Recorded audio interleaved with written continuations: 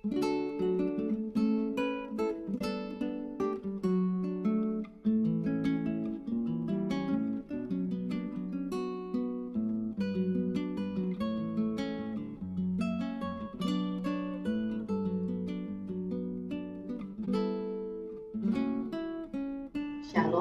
selamat pagi jemaat yang dikasihi oleh Tuhan. Puji Tuhan, hari ini kita berjumpa lagi dan siap untuk belajar firman Tuhan bersama-sama.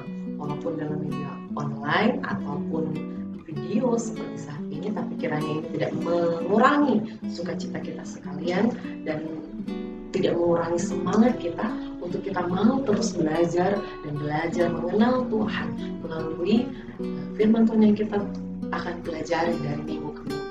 Mari kita berdoa sebelum kita akan belajar firman Tuhan bersama-sama. Kita berdoa. Ya Tuhan Allah Bapa di sorga, kami mengucap syukur, berterima kasih untuk kasih dan anugerah Tuhan, sehingga pada saat ini Tuhan kami boleh ada di tempat kami masing-masing dan siap untuk mendengarkan dan untuk merenungkan firman Tuhan. Roh Kudus Tuhan, kuduskan dan sucikanlah kami, dan tolonglah kami Tuhan, berikanlah hikmat, pengertian dan pewahyuan yang daripada Tuhan, sehingga kami dapat mengerti kehendak Tuhan dalam kehidupan kami melalui firman Tuhan ini.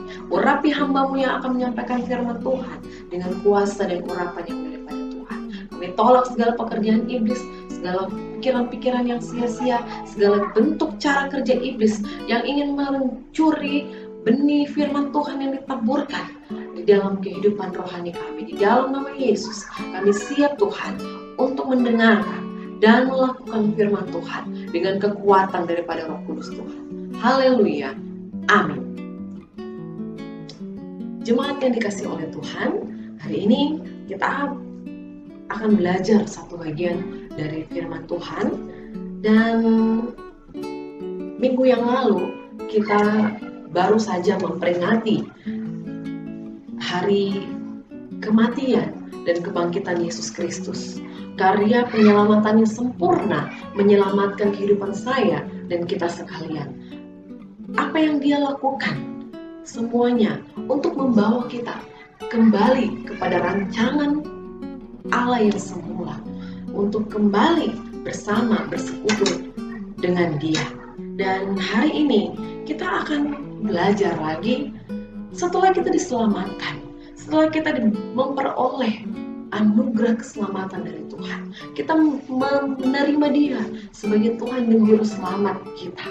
Kita beriman kepada Dia yang telah menganugerahkan kepada kita keselamatan. Lalu, apa selanjutnya yang harus kita lakukan dalam kehidupan kekristenan kita? Selanjutnya, setelah kita berkata bahwa saya percaya Tuhan, saya beriman kepada Tuhan, dan sungguh kita sudah menerima anugerah hidup kekal itu. Namun saat ini kita masih ada di dunia ini. Lalu apakah yang harus kita lakukan selama kita masih berada di dunia ini untuk mempertahankan iman kita, untuk membawa kita semakin hari semakin dewasa di dalam Kristus? Bahkan firman Tuhan mengatakan, hendaklah kamu sempurna sama seperti Bapamu ada sempurna. Nah, hari ini kita akan membaca satu bagian firman Tuhan dan kita akan belajar bersama-sama dari kitab 2 Petrus pasalnya yang pertama, 2 Petrus pasal yang pertama ayat yang ketiga hingga ayatnya yang ke-15. 2 Petrus pasalnya yang pertama ayatnya yang ketiga hingga ayatnya yang ke-15. Saya akan baca dan akan bersama-sama kita belajar dari firman Tuhan ini. Panggilan dan pilihan Allah. Karena kuasa ilahinya telah menganugerahkan kepada kita segala sesuatu yang berguna untuk hidup yang saleh oleh pengenalan kita akan Dia, yang telah memanggil kita oleh kuasanya yang mulia dan ajaib. Ayat yang keempat. Dengan jalan itu, Ia telah menganugerahkan kepada kita janji-janji yang berharga dan yang sangat besar, supaya olehnya kamu boleh mengambil bagian dalam kodrat ilahi dan luput dari hawa nafsu duniawi yang membinasakan dunia. Nah, ayat 3 dan 4 mengingatkan kepada orang-orang percaya. Karena memang surat Petrus yang kedua ini ditujukan kepada mereka yang bersama-sama memperoleh iman oleh karena keadilan Allah dan Juru Selamat kita Yesus Kristus. Artinya ditujukan kepada mereka, kepada orang-orang percaya. Nah, apa yang selanjutnya dikatakan oleh firman Tuhan? Karena kuasa ilahi, Yesus Kristus telah menganugerahkan kepada kita segala sesuatu yang berguna untuk hidup yang saleh oleh pengenalan kita akan Dia. Yesus telah menganugerahkan segala sesuatu untuk kita. Bukan karena usaha kita, bukan karena pekerjaan kita, tetapi hanya oleh anugerah Tuhan. Kita memperoleh jaminan keselamatan, kita memperoleh anugerah keselamatan, dan itu berguna. Dia menganugerahkan segala sesuatu lewat kematian dan kebangkitannya.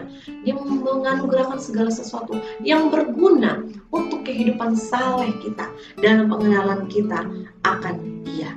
Lalu di ayat yang berikut dikatakan, dengan jalan itu Ia telah menganugerahkan kepada kita janji-janji yang berharga, yang sangat besar. Kita hidup oleh karena janji Tuhan. Kalau sampai hari ini kita percaya kepada Tuhan, kita katakan, aku beriman kepada Tuhan. Kita masih ada di dunia ini, di tengah-tengah dunia ini, yang kita pegang adalah janji Tuhan dalam kehidupan kita. Yang menjadi jaminan adalah janji-janji Tuhan dalam kehidupan kita. Firman Tuhan berkata, supaya olehnya, oleh janji-janjinya itu, kamu boleh mengambil bagian dalam kodrat ilahi dan luput dari hawa nafsu duniawi yang membinasakan kamu. Ketika kita berkata, saya beriman kepada Tuhan, saya menerima Engkau Tuhan sebagai Juru Selamat saya. Namun saat ini kita masih ada di dunia. Benar, kita memperoleh jaminan bahwa kita telah memperoleh hidup kekal. Namun ketika kita masih ada di dunia ini, ada berbagai macam hal di dunia ini yang selalu dan setiap waktu menarik kita untuk jatuh ke dalam dosa. Itu sebabnya firman Tuhan berkata, oleh karena kuasa ilahinya, Ia telah menganugerahkan segala sesuatu untuk hidup saleh kita, oleh pengenalan kita akan Dia. Ia memberikan janji-janjinya kepada kita, sehingga kita sebagai orang-orang percaya yang beriman kepada Tuhan Yesus Kristus memperoleh bagian dalam kodrat ilahi. Dan bukan cuma itu saja, firman Tuhan berkata, dan luput dari hawa nafsu duniawi yang membinasakan dunia ini. Inilah yang membuat kita kuat ketika kita menjalani hidup kita sebagai orang percaya. Nah, ayat yang kelima berkata, justru karena itu yang mana? Ayat 4 dan ayat 3 dan ayat 4 yang tadi sudah kita bahas. Justru karena itu, kamu harus dengan sungguh-sungguh berusaha menambahkan kepada imanmu kebajikan, dan kepada kebajikan pengetahuan, dan kepada pengetahuan penguasaan diri, kepada penguasaan diri ketekunan, dan kepada ketekunan kesalehan, dan kepada kesalehan kasih akan saudara-saudara, dan kepada kasih akan saudara-saudara kasih akan semua orang. Berapa orang di antara kita, orang-orang percaya yang berkata, sudah, Yesus sudah mati, Yesus sudah bangkit, dan saya sudah percaya kepada Tuhan Yesus, sudah selesai. Saya tinggal menunggu kedatangan Yesus yang kedua kali, dan puji Tuhan, saya ada di surga. Berapa banyak orang Kristen yang berpikiran seperti itu? Padahal kehidupan kekristenan kita, keselamatan yang kita peroleh, firman Tuhan berkata, kerjakanlah keselamatan itu. Kerjakanlah keselamatan itu dengan takut dan gentar. Ada hal yang harus kita kerjakan. Bukan berarti iman kita tidak cukup, ya. Percaya kita tidak cukup. Firman Tuhan berkata, barang siapa percaya, ia memperoleh hidup yang kekal. Ya. Barang siapa beriman kepada Tuhan. Namun dalam kehidupan ini ternyata menurut pembacaan ini, firman Tuhan di bagian ayat yang kelima ini berkata, karena Tuhan telah menganugerahkan segala sesuatunya untuk kehidupan kita, maka justru karena itu kamu, saya sebut kamu di sini, saya dan kita sekalian harus dengan sungguh-sungguh berusaha untuk menambahkan kepada imanmu hal-hal sebagai berikut. Ada 7 hal. Namun kita lihat di sini, ini adalah hal yang serius yang firman Tuhan katakan. Justru, jadi tidak ada istilah, ya sudah, Yesus sudah mati, Yesus sudah bangkit, terus saya leha-leha saja sambil menunggu kedatangan Yesus Kristus. Ya, sudah selesai, sampai di situ saja. Ya, hidup saya, atau berapa banyak dari antara kita orang-orang percaya berpikir bahwa ketika saya ada di dunia ini, kehidupan saya harus seperti apa yang saya inginkan, harus jadi seperti apa yang saya kehendaki saja. Padahal Tuhan sudah mengatur segala sesuatu, mengizinkan segala sesuatu untuk kita hadapi ketika kita ada di tengah-tengah dunia ini. Firman Tuhan berkata, justru karena Tuhan telah memberikan segala sesuatu kepada kita untuk hidup yang saleh oleh pengenalan kita akan Dia.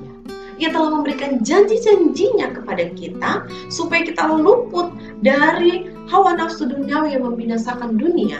Justru karena itu, maka saya dan saudara harus dengan sungguh-sungguh berusaha. Harus. Kata harus di sini berarti sesuatu yang tidak bisa tidak. Kata harus di sini berarti sesuatu perintah. Harus. Tidak ada tawar-menawar. Harus. Ditambahkan lagi dengan kalimat harus dengan sungguh-sungguh. Kata sungguh-sungguh di sini menggambarkan sesuatu yang tidak main-main, tidak asal-asalan, tapi sungguh-sungguh, benar-benar. Ya. Nah, bersungguh-sungguh dalam hal apa? Ditambahkan satu kata lagi yang semakin memberi tekanan pada kalimat ini. Sungguh-sungguh berusaha. Usaha di sini berarti ada kerja keras, ada perjuangan yang kita lakukan. Jadi sebagai orang percaya, ketika kita menerima anugerah keselamatan yang dari Tuhan, setelah itu kita tidak tinggal diam menunggu kapan Yesus datang, dan setelah itu saya akan ada di surga bersama dengan Tuhan. Tapi ketika kita menyatakan iman kita kepada Tuhan, saat itulah kita mulai berjuang untuk mengerjakan keselamatan kita. Karena Tuhan berkata, justru karena itu kamu harus dengan sungguh-sungguh berusaha. Berusaha dengan sungguh-sungguh. Harus, kalimat ini menekankan bahwa bagian berikut nanti yang kita akan belajar sebentar, satu persatu, itu penting. Ya. Dan itu harus kita lakukan sebagai orang-orang percaya. Kamu harus dengan sungguh-sungguh menambahkan kepada imanmu. Kamu harus dengan sungguh-sungguh menambahkan. Kenapa harus ditambahkan? Iman kita harus ditambah dengan ini dan itu. Firman Tuhan berkata, iman tanpa perbuatan adalah mati. Iman kita harus dinyatakan dalam tindakan-tindakan kita. Dan itulah yang Tuhan kehendaki. Dan itulah yang akan membentuk kehidupan kita, yang menjadikan pribadi kita semakin hari semakin dewasa di dalam Kristus, semakin serupa dengan Kristus. Nah, apa yang perlu ditambahkan di sini? Saya katakan tadi ada 7 hal. Yang pertama adalah menambahkan kepada imanmu kebajikan. Kebajikan. Apakah yang dimaksud dengan kebajikan? Kebajikan di sini diartikan sebagai kebaikan. Kebajikan itu adalah kebaikan hati yang dilakukan. Sesuatu yang mendatangkan kebaikan. Dalam terjemahan dikatakan kebajikan itu adalah kesempurnaan moral atau perilaku atau kualitas yang memenuhi kebaikan sebagai fondasi kehidupan kita sebagai manusia. Nah, firman Tuhan berkata dalam Filipi 4 ayat yang kelima, hendaklah kebaikan hatimu diketahui semua orang. Hendaklah kebaikan hatimu diketahui semua orang. Itu kata firman Tuhan. Nah, ternyata ketika kita menjalani kehidupan kita sebagai orang percaya, beriman, iman kita perlu ditambah dengan kebajikan, dengan segala kebaikan, perbuatan baik. Sekalipun perbuatan baik itu bukan perbuatan baik yang menyelamatkan kita. Ya, firman Tuhan katakan tadi di Efesus pasalnya yang kedua ayat 8 dan ayat yang ke-9. Bukan karena usahamu, bukan karena pekerjaanmu, ya. Atau dengan kata lain, bukan karena kebaikanmu kamu diselamatkan, bukan. Tapi ketika kita menjalani hidup kita sebagai orang percaya, sebagai orang beriman, kebaikan itu harus menjadi bagian kita. Yang pertama sebagai bentuk ucapan syukur kita kepada Tuhan, kebajikan itu harus menjadi bagian kita. Tapi berikut yang kedua, firman Tuhan berkata, hendaklah kebaikan hatimu diketahui semua orang. Hendaklah kebajikan kita sebagai orang percaya dikenali, dilihat, diketahui oleh semua orang. Ya. Dan itu tulus dari dalam diri kita. Bukan pamer, bukan mau memperlihatkan, tapi sungguh-sungguh tulus keluar dari dalam hati kita yang paling dalam. Kebaikan itu kepada siapa kita berikan? Ya tentu pertama-tama kepada orang yang ada di sekitar kita. Kepada suami, kepada istri, kepada anak-anak, kepada orang tua. Lalu kemudian mulai keluar di lingkungan gereja, di lingkungan sekolah, masyarakat, dimanapun kita berada. Bagaimana kita mau memperlihatkan kebajikan atau kebaikan kita kepada orang banyak di luar sana, sementara di rumah kebaikan itu, kebajikan itu tidak dinikmati oleh anggota keluarga kita. Mari bersama-sama sebagai orang percaya kita melatih diri kita untuk melakukan kebaikan atau kebajikan, mulai dari lingkungan di sekitar kita, mulai dari kehidupan keluarga kita. Iman kita perlu dirasakan oleh orang-orang di sekitar kita.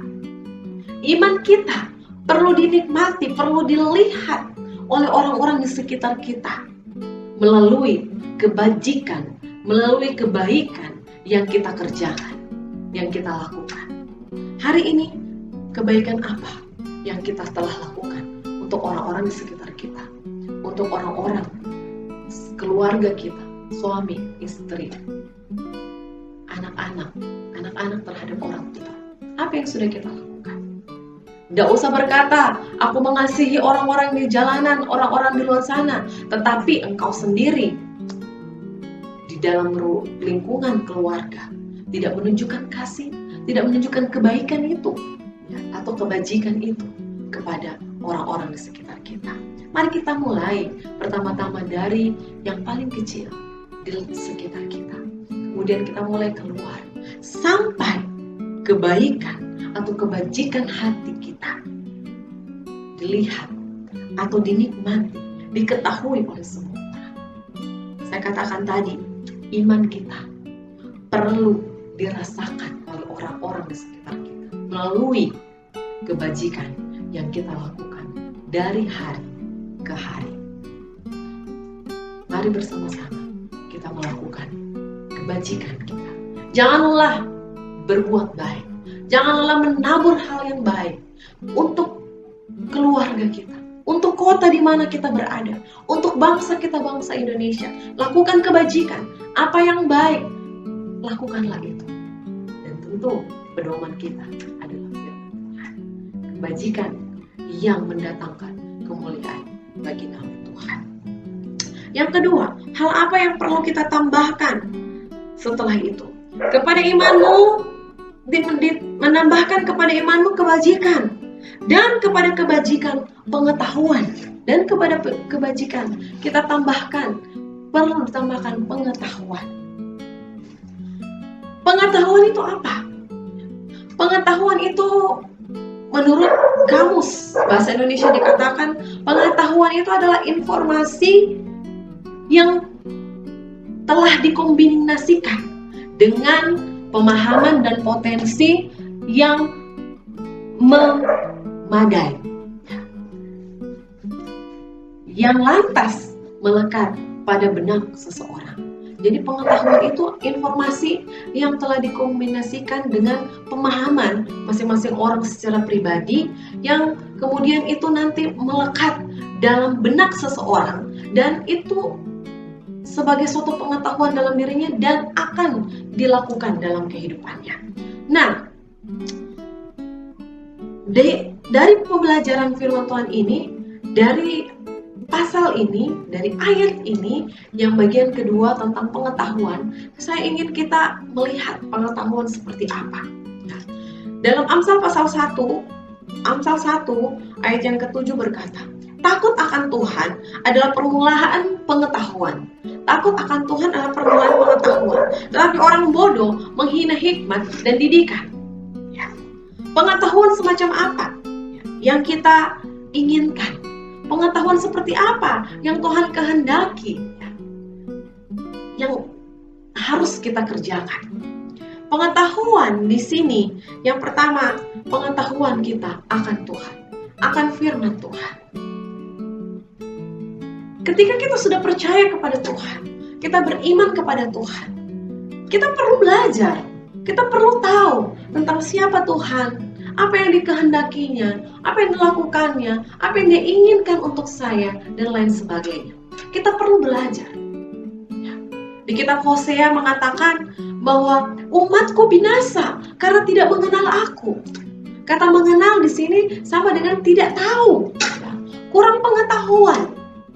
Itu sebabnya saya katakan pertama-tama, ketika kita memiliki iman, ditambah dengan kebajikan, lalu ditambah dengan pengetahuan. Pengetahuan itu adalah pengetahuan kita akan firman Tuhan.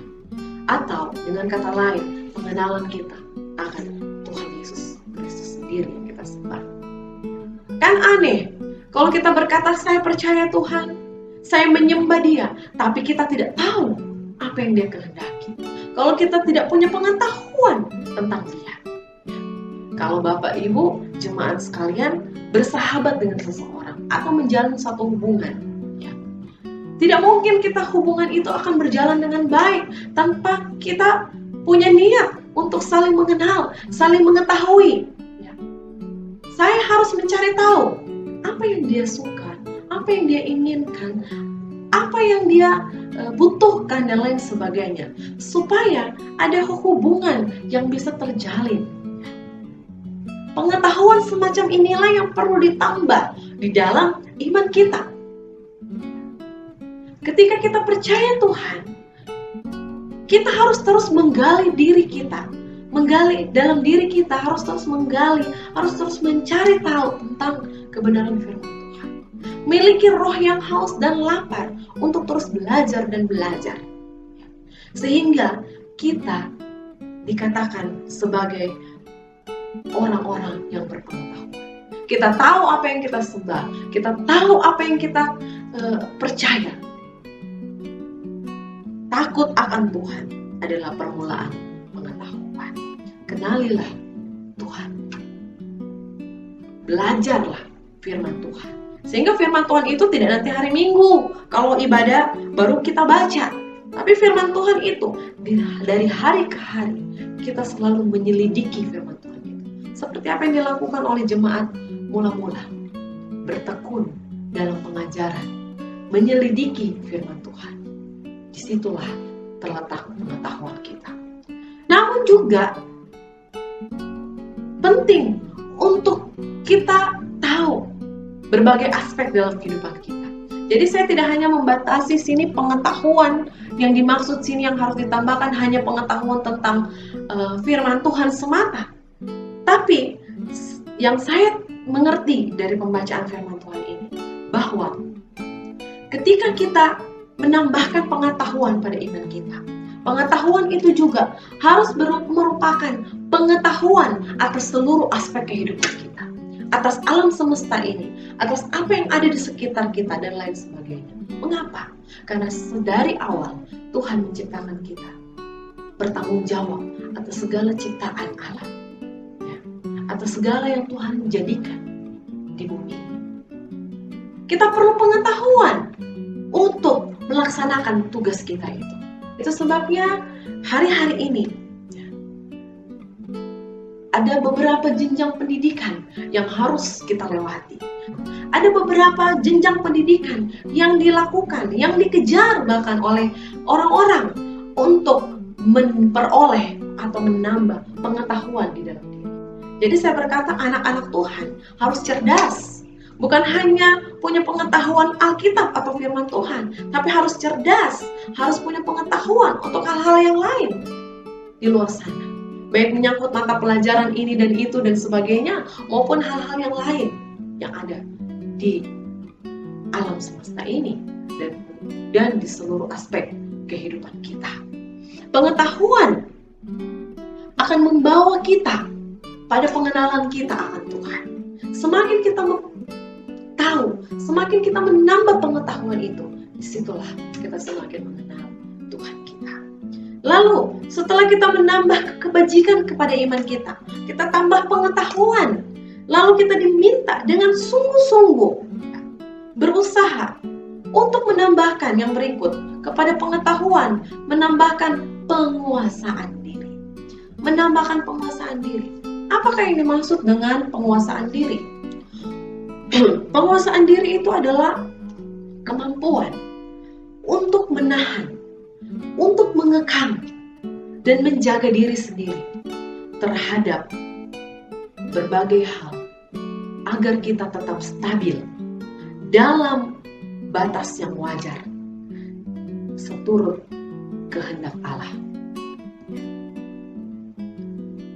1 Korintus 9 ayat 24-25 berkata, kita harus menguasai diri kita dalam segala hal,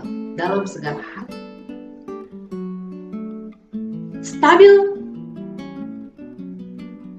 mampu menekan, mampu mengekang, mampu menjaga diri kita untuk tetap stabil. Stabil di sini artinya tidak mudah diombang-ambingkan oleh berbagai hal yang dapat menyimpangkan jalan kita dari kehendak Allah. Tidak mudah diombang-ambingkan oleh arus dunia yang gelap. Penguasaan diri juga berarti kemampuan untuk memimpin, untuk mengatur, untuk menata diri sendiri secara bijaksana seperti kehendak Tuhan dalam kehidupan kita. Amsal 16 ayat 32.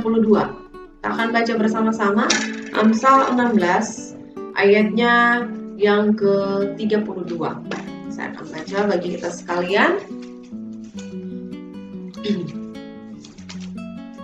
Firman Tuhan berkata demikian.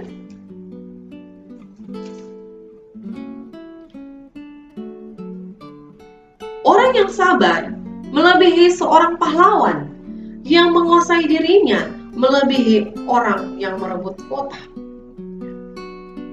Orang yang sabar melebihi seorang pahlawan yang menguasai dirinya melebihi orang yang merebut kota. Nah, kemampuan kita memimpin, mengatur, menata diri sendiri menjadi bijaksana seperti apa yang Tuhan kehendaki. Itulah penguasaan diri.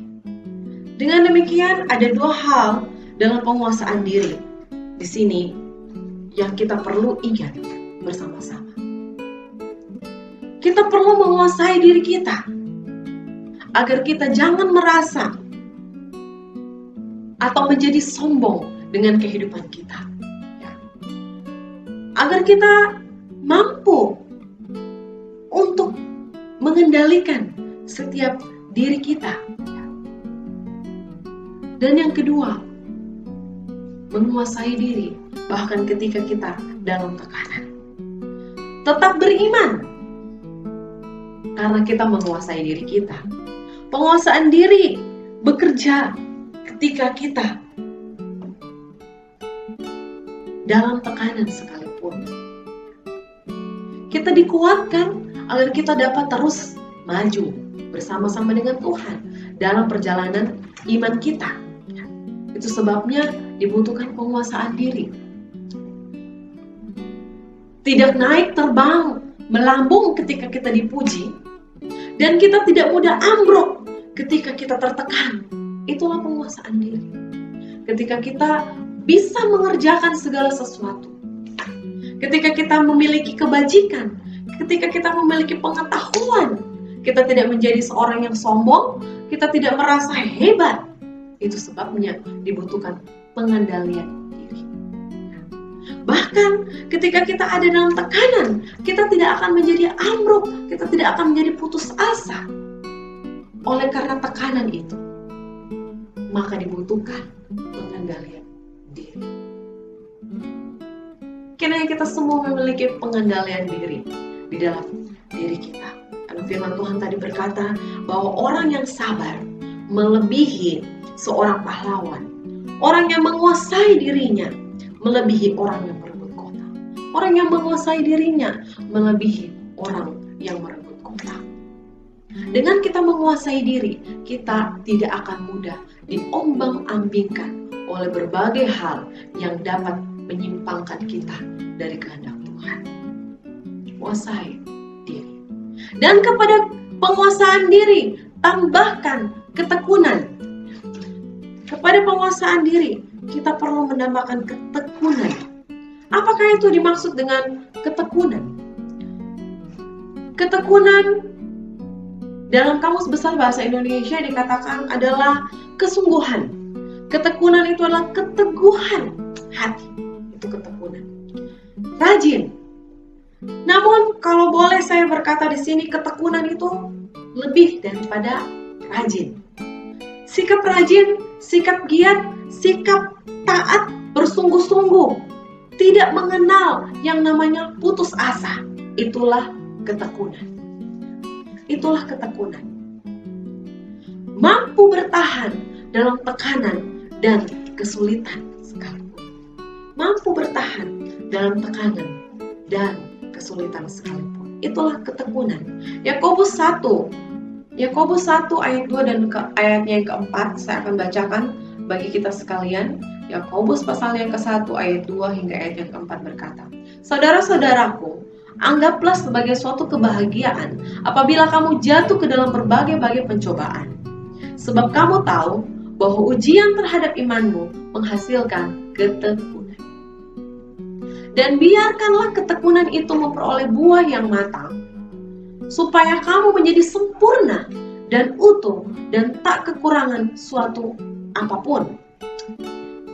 Jadi ketika kita menghadapi kesulitan-kesulitan hidup, bahkan menghadapi tantangan-tantangan hidup, berbagai cobaan, itu akan menghasilkan ketekunan dalam kehidupan kita. Tadi sebelumnya kita belajar tentang penguasaan diri. Bukan hanya menguasai diri kita agar kita tidak menjadi sombong atau merasa diri hebat ketika kita telah melakukan kebajikan dan memiliki banyak pengetahuan. Ya, kita perlu penguasaan diri. Tapi ketika kita belajar bagian ketekunan, maka ketika kita pun ada dalam tekanan, kita perlu menguasai diri. Dan ketika kita menguasai diri, di sanalah akan menghasilkan ketekunan. Tekun bahkan dalam penderitaan sekalipun. Ibrani 12 ayat yang ketiga berkata demikian, "Ingatlah selalu akan Dia Yesus Kristus, yang tekun menanggung bantahan yang sehebat itu terhadap dirinya sendiri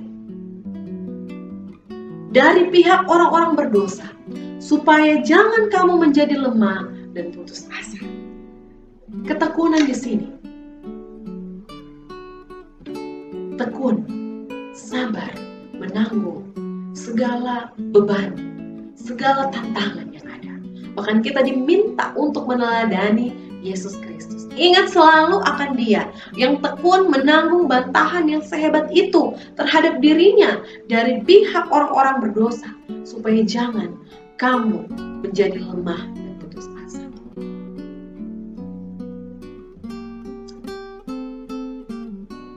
Tahan menderita dalam perjuangan iman kita. Ketika kita berkata, "Saya percaya kepada Yesus, saya menerima Dia sebagai Tuhan dan Juru Selamat saya. Dalam perjalanan iman kita, ada banyak tantangan yang kita hadapi. Orang-orang beriman adalah orang-orang yang sabar menderita, sabar dan tahan uji. Itulah orang-orang beriman. Berapa banyak orang Kristen yang berdoa, yang meminta agar persoalan, agar penderitaan jauh-jauh dari dirinya, tidak mendekat kepada Dia. Berapa banyak orang Kristen yang berdoa seperti itu, yang meminta seperti itu. Ini bukan orang Kristen yang dewasa secara rohani. Karena ketika kita mengikut Yesus, kita juga dipanggil untuk menderita, turut menderita bersama dengan Dia.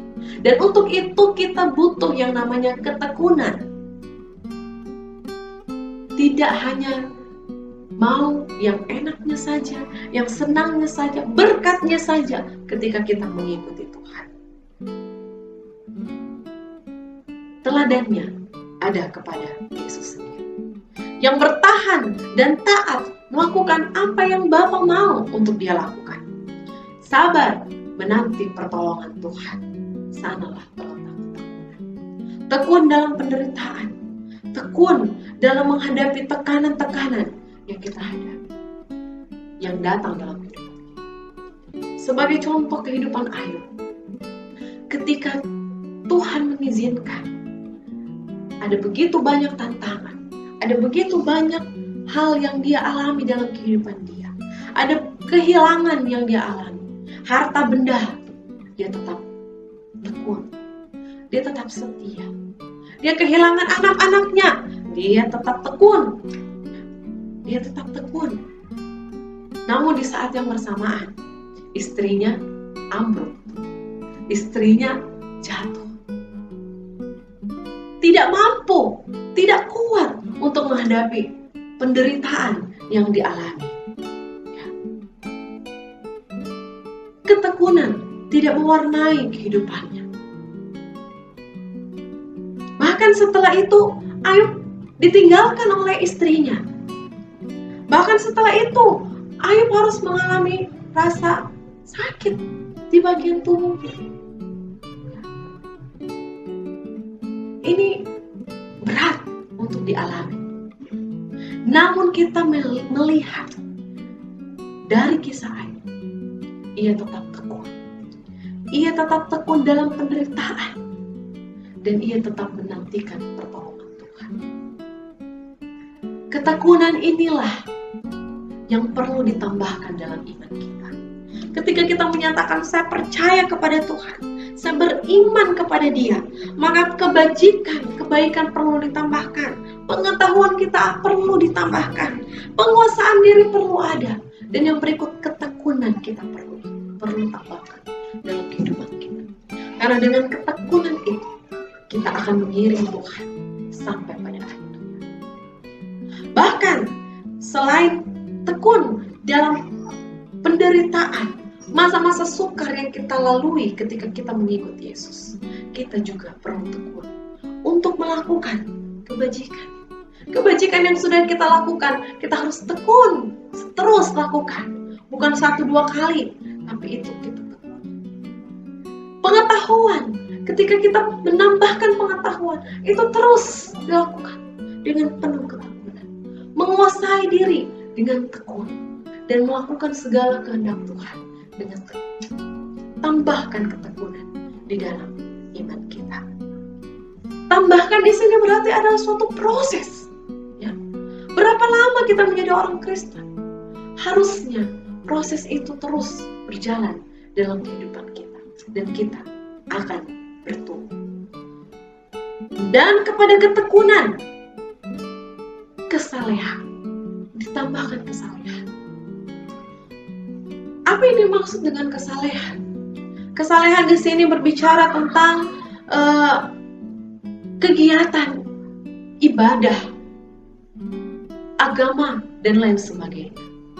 Tetapi saya mau katakan bagi kita sekalian, yang dimaksud dengan kesalehan di sini tidak hanya meliputi kegiatan ibadah atau ritual semata,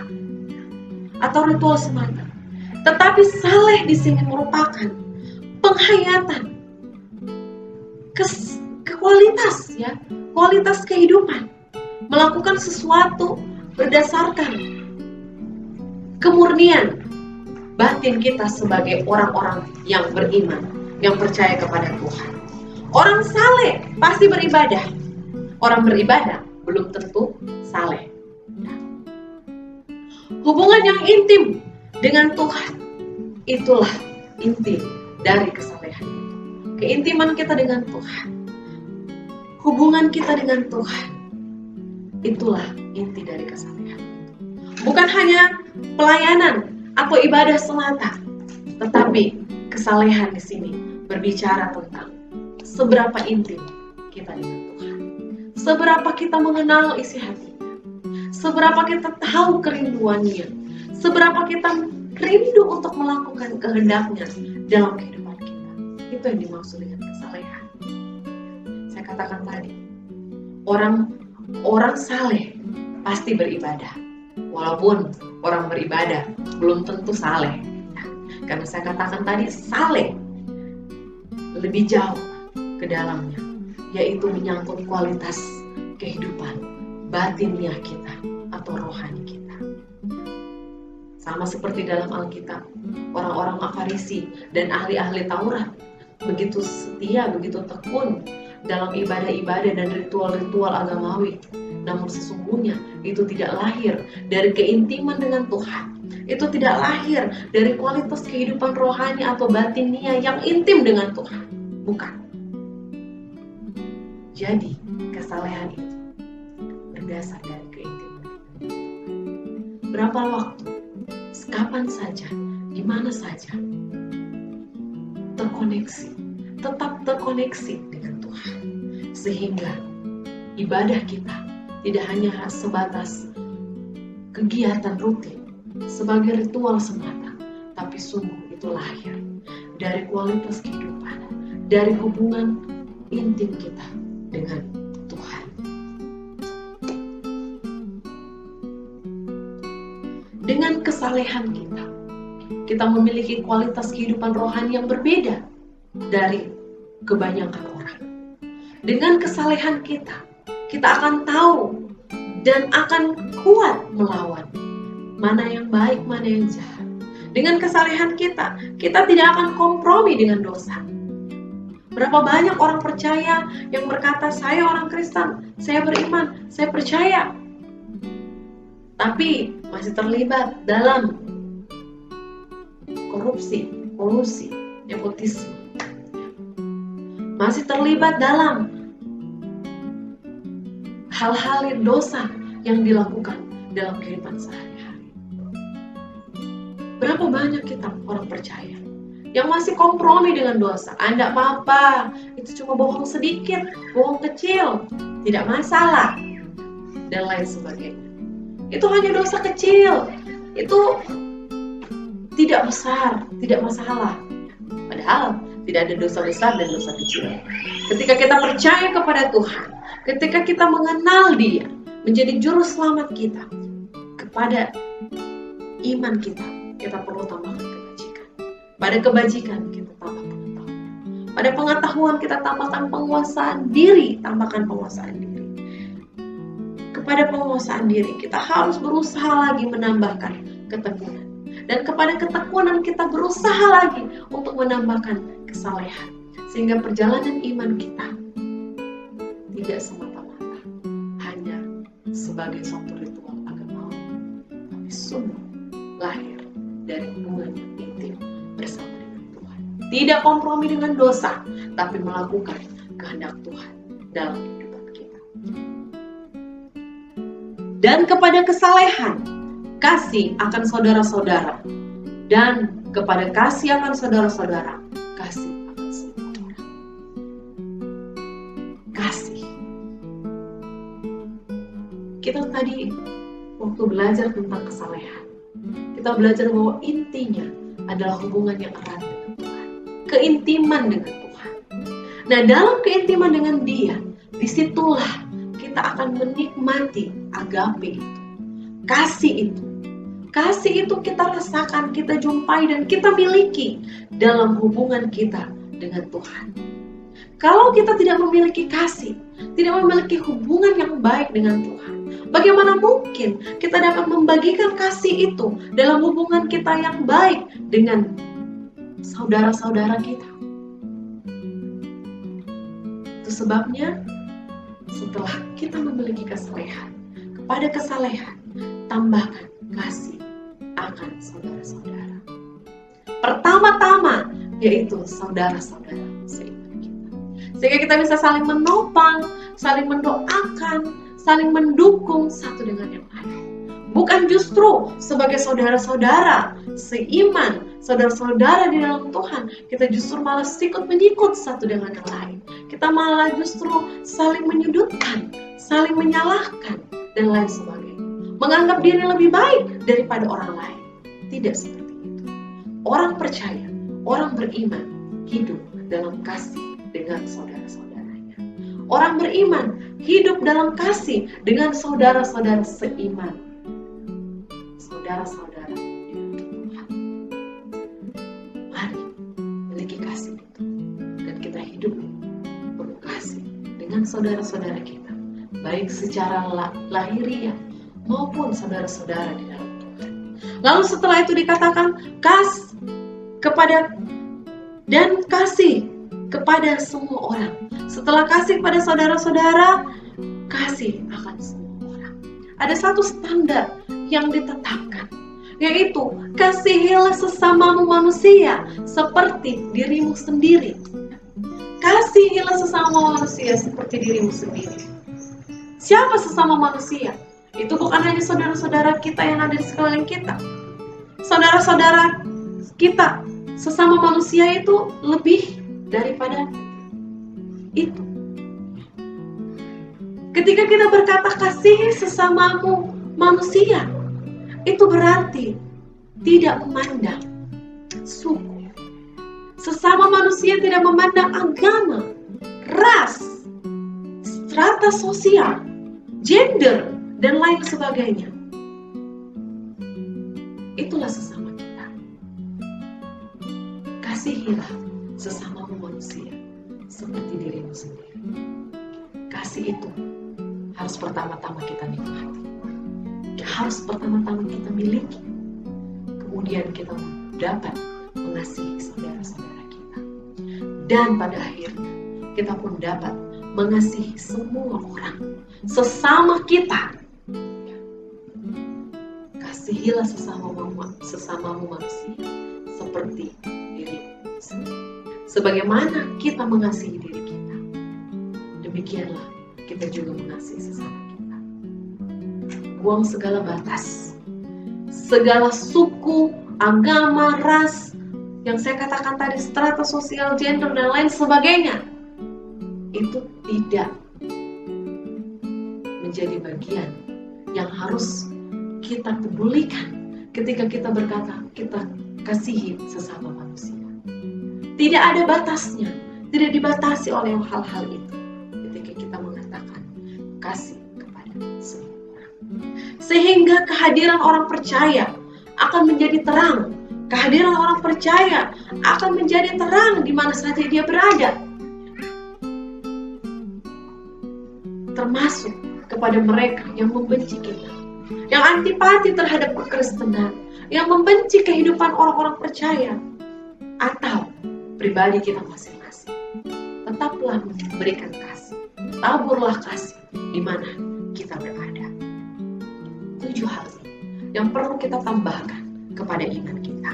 Saya ulang sekali lagi, kepada imanmu tambahkanlah dengan sungguh-sungguh kebajikan, kepada kebajikan pengetahuan, kepada pengetahuan penguasaan diri, kepada penguasaan diri ketekunan, dan kepada ketekunan kesalehan, dan kepada kesalehan kasih akan saudara-saudara, dan kepada kasih akan saudara-saudara kasih akan semua orang.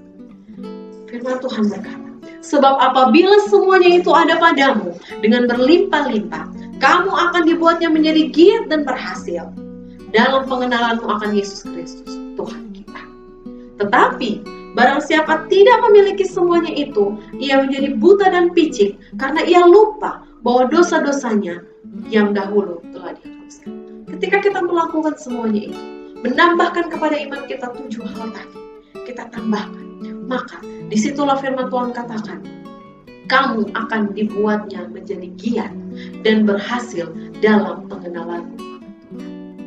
Ketika kita berkata kita punya iman, kita percaya kepada Tuhan, kita harus berjuang mengerjakan keselamatan kita, mengenal Tuhan lebih lagi. Dan caranya dengan menambahkan 7 hal itu, kita akan menjadi semakin giat dan berhasil dalam pengenalan kita akan Kristus Tuhan kita. Tapi barang siapa firman Tuhan katakan yang tidak melakukannya, ia menjadi buta dan picik karena ia lupa bahwa dosa-dosanya yang dahulu telah dihapuskan. Karena itu saudara-saudaraku, berusahalah sungguh-sungguh supaya panggilan dan pilihanmu makin teguh. Berusaha sungguh-sungguh. Sebab jikalau kamu melakukannya, kamu tidak akan pernah tersandung. Dan dengan demikian kamu akan dikaruniakan hak penuh untuk memasuki kerajaan kekal. Ini tujuan kita bersama, yaitu kerajaan Tuhan dan Juru Selamat kita, Yesus Kristus. Ini tujuan kita. Karena itu, aku senantiasa bermaksud mengingatkan kamu akan semuanya itu, sekalipun kamu telah mengetahuinya dan telah teguh dalam kebenaran yang telah kamu terima. Aku menganggap sebagai kewajibanku untuk tetap mengingatkan kamu dan semuanya itu selama aku belum menanggalkan kemah tubuh. Sebab aku tahu bahwa aku akan segera menanggalkan kemah tubuhku ini, sebagaimana yang telah diberitahukan kepadaku oleh Yesus Kristus Tuhan kita. Tetapi aku akan berusaha supaya juga sesudah kepergianku itu kamu selalu mengingat semuanya. Jadi jemaat yang dikasih oleh Tuhan, mari renungkan firman Tuhan. Ingat firman Tuhan bahwa dalam perjuangan kita, dalam mengiring Tuhan, kita harus berusaha sungguh-sungguh menambahkan kepada iman kita kebajikan, dan kepada kebajikan pengetahuan, dan kepada pengetahuan penguasaan diri, dan kepada penguasaan diri ketekunan, dan kepada ketekunan kesalehan, dan kepada kesalehan kasih akan saudara-saudara, dan kasih akan saudara-saudara ditambahkan kasih kepada semua orang. Kiranya firman Tuhan ini menolong kita untuk semakin hari semakin bangkit dan menjadi terang. Kehidupan kekristenan kita tidak bisa seperti ini terus, harus naik ke level berikutnya. Iring Tuhan, ikut Tuhan terus, bangkit terus, dan menjadi terang terus bagi keluargamu, bagi keluarga kita semua, bagi kota di mana kita ada, bagi bangsa di mana kita ada, bagi seluruh dunia ini. Kiranya perjalanan iman kita akan berhasil, akan disertai oleh Tuhan, dan pengenalan kita akan Tuhan akan berhasil ketika kita berusaha dengan sungguh-sungguh menambahkan iman kita dengan ketujuh hal yang sudah kita belajar pada hari ini. Kita berdoa. Tuhan, kami mengucap syukur kiranya Tuhan akan menolong kami untuk melakukan firman Tuhan ini dalam hidup kami sehari-hari. Roh Kudus Tuhan menguatkan kami, menyanggupkan kami, sehingga pengenalan kami akan Engkau akan berhasil ketika kami melakukan firman Tuhan ini. Kuatkan dan teguhkan iman kami Tuhan, ketika kami harus menghadapi tantangan dalam kehidupan kami, masa-masa sulit dan sukar sekalipun dalam hidup kami. Kami tetap setia dan iman kami tetap kokoh di dalam Engkau. Di dalam nama Tuhan Yesus, hamba telah selesai berbicara. Roh Kudus Tuhan terus berbicara, menjadikan firman Tuhan ini menjadi rema dalam kehidupan umat-umat-Mu Tuhan. Di dalam nama Yesus kami berdoa dan mengucap syukur. Amin.